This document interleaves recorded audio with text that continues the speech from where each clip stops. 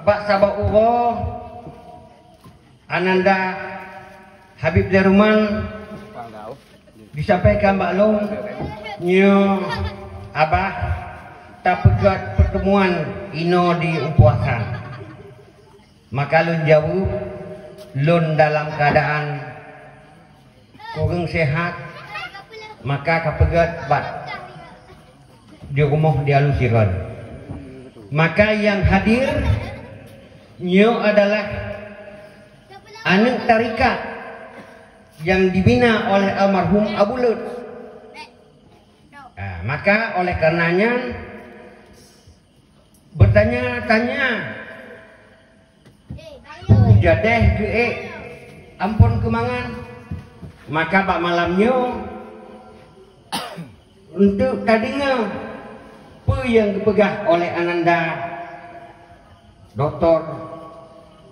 PR Kemangan pejadeh ge nyantik tadinya bersama-sama.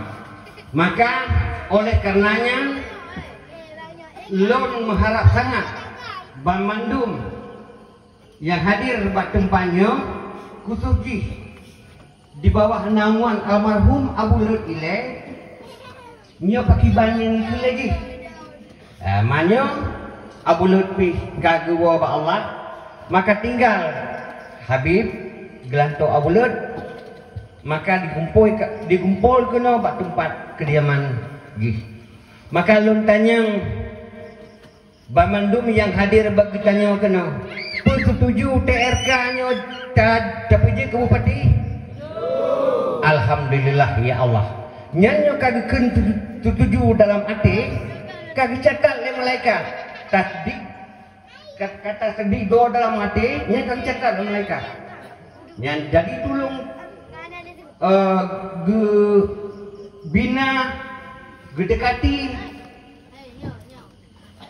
untuk tamita saudara-saudara kitanya untuk dukung calon bupati kitanya.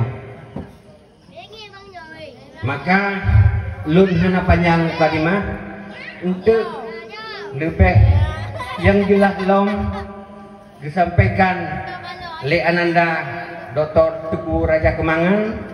Yang lebih lanjut eno kementang yang julu sampaikan lun akhiri dengan wabillahi taufiq wal hidayah. Wassalamualaikum warahmatullahi wabarakatuh.